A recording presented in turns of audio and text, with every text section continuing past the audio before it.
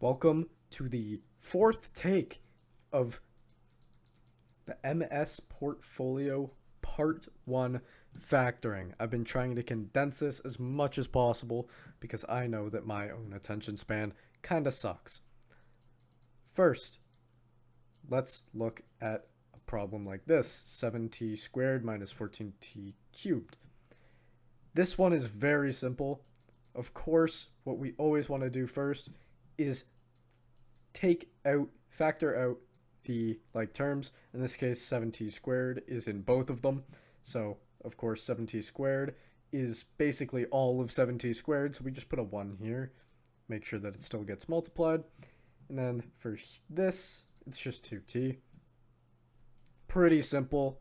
I'm sure that you probably have a decent understanding of that. Now for trinomials, let's look at x squared plus 7x plus 12.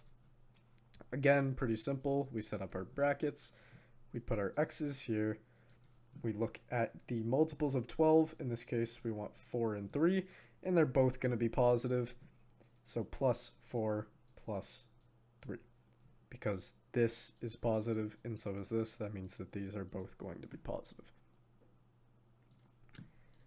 Next, let's look at a little bit of expanding. We're going to start with our brackets, and we're going to look at 2x minus 1 multiplied by 2x minus 3x plus 2.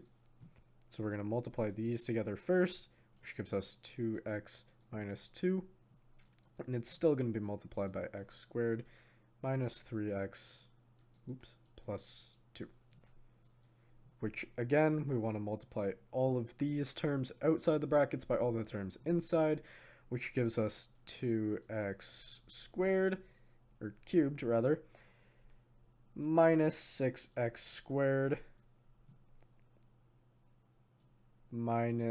plus 4x, and then our minus 2 here, we do negative 2x squared minus 6x minus 4, or plus 6x actually, because these are both negative.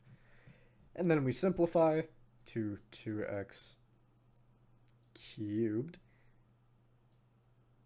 minus 8x squared plus 10x minus 4.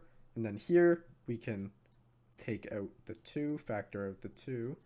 So we get x cubed minus 4x squared plus 5x minus 2.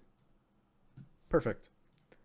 Next, we have expanding with fractions, which is the exact same process.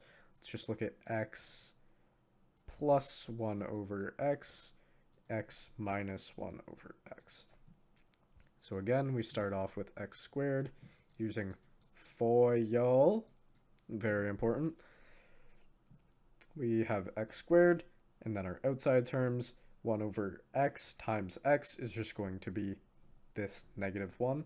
So negative 1, same thing over here, but positive, plus 1. And then for this last term, it is going to be negative 1 over x squared.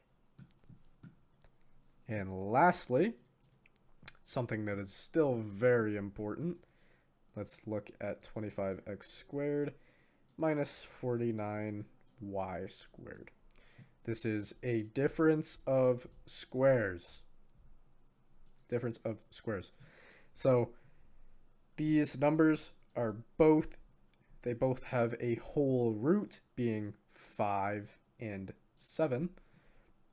So let's put this into brackets like so.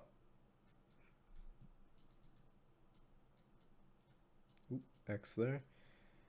It's a little bit messy, but I'm sure you get the point that these are a difference of squares. These terms are virtually identical except for the sign in the middle here. And I believe that is it for this part.